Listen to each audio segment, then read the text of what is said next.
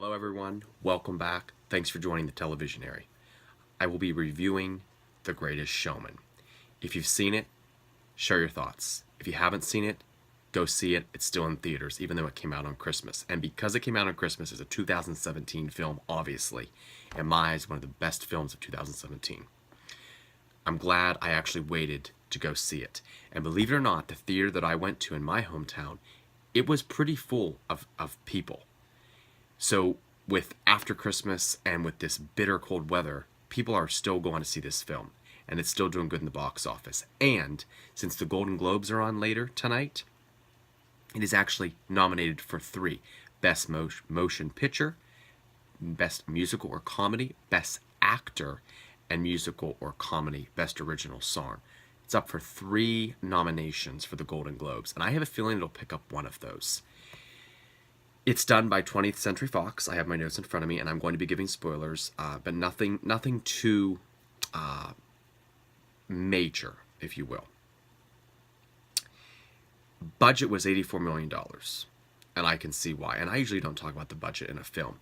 Directed by Michael Gracie, produced by Lawrence Mark, Peter Charon, Jenno Topping, the screenplay by Jenny Bix and Bill Condon. Okay? The 2 main stars, Hugh Jackman and Zac Efron. Basically, it is the backstory, which we learned, history here, education, of P.TBarnum's creation of the Barnum and Bailey circuses and the lives of the people that starred in it. And I had this little conversation with someone earlier. It's not really the start of show business, because show business started way back in the day, but it's basically enhancing and promoting the circuses. And what this related to, in my eyes, is watching American Horror Story when Ryan Murphy did the Freak Show. The bearded lady, the midget, the real tall guy, the heavy-set guy, the tattoo. I can't even describe the names of these characters. But really, the film, in my eyes, it tackled love. It was a love story, as you see throughout the film. But it also was these misfits, if you will. All they wanted was a family, which they were all a family together, and a home, which was the circus that they performed in. So based that it's on a true, it's based on a true story, that's powerful enough. It's a musical more than it is a film. The choreography, phenomenal. Stellar. The music numbers, again, phenomenal, stellar. They had to have practiced hours upon hours with the costumes. I mean, the costumes were out of this world. The CGI, there was a little bit of that. The direction, the lighting, the sounds, and the acting. I mean, Hugh Jackman and Zac Efron together were superb in this film together. And I'm trying to look here at some of the other actors, Michelle Williams, Rebecca Ferguson, Zendaya.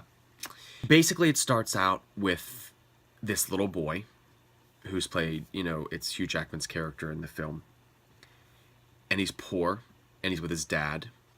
And his dad kind of beats on him mentally, physically, and they go to this mansion of people that own the town.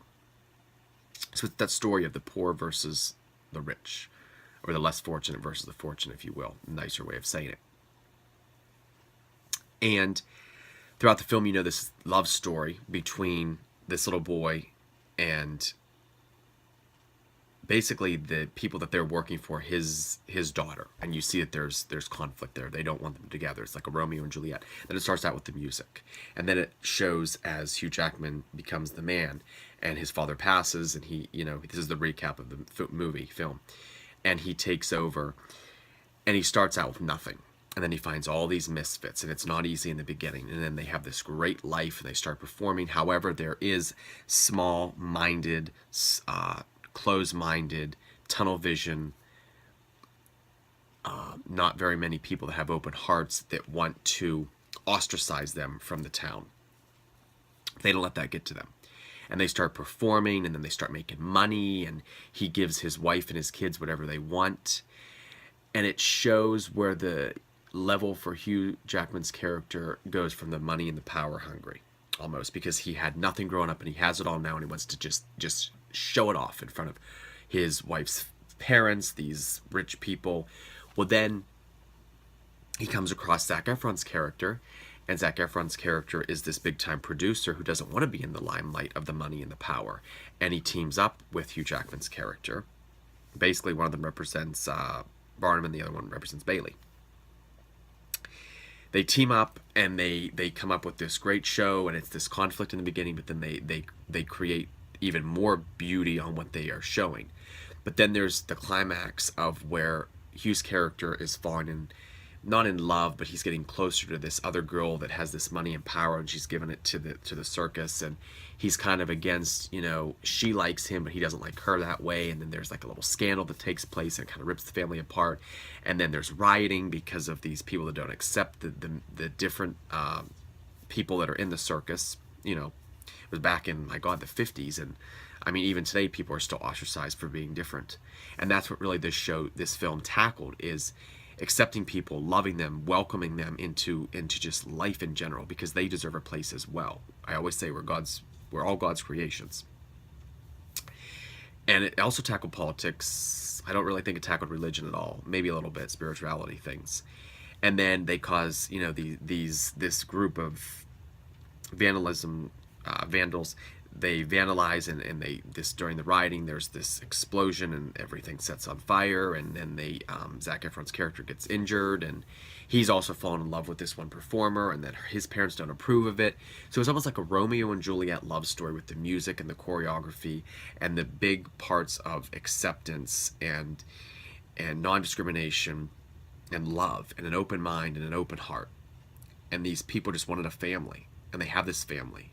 And then when everything's, down and out, and the bank won't approve of another loan, and because he loses his job throughout the film, that's how he becomes the greatest showman.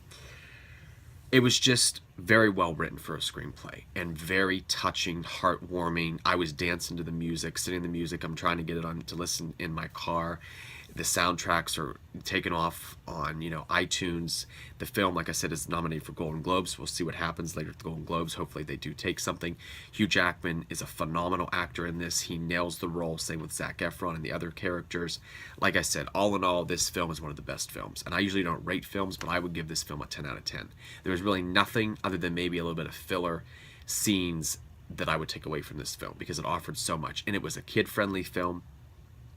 It was, I saw kids there, families there, elderly people there. I mean, I went with a priest, and we had a great time. So, yeah, thank God they made this, because it needed to be told, the story. And just on a side note, some of the trailers that they were showing in this film before it started, Peter Rabbit, can't wait to see that film. Nutcracker that Disney's going to do next year, that's going to be amazing. Mamma Mia, and of course the big one, Love, Simon, directed by Greg Berlanti, the one that's going to really revolutionize how we look at things, if you know what I mean, on that end.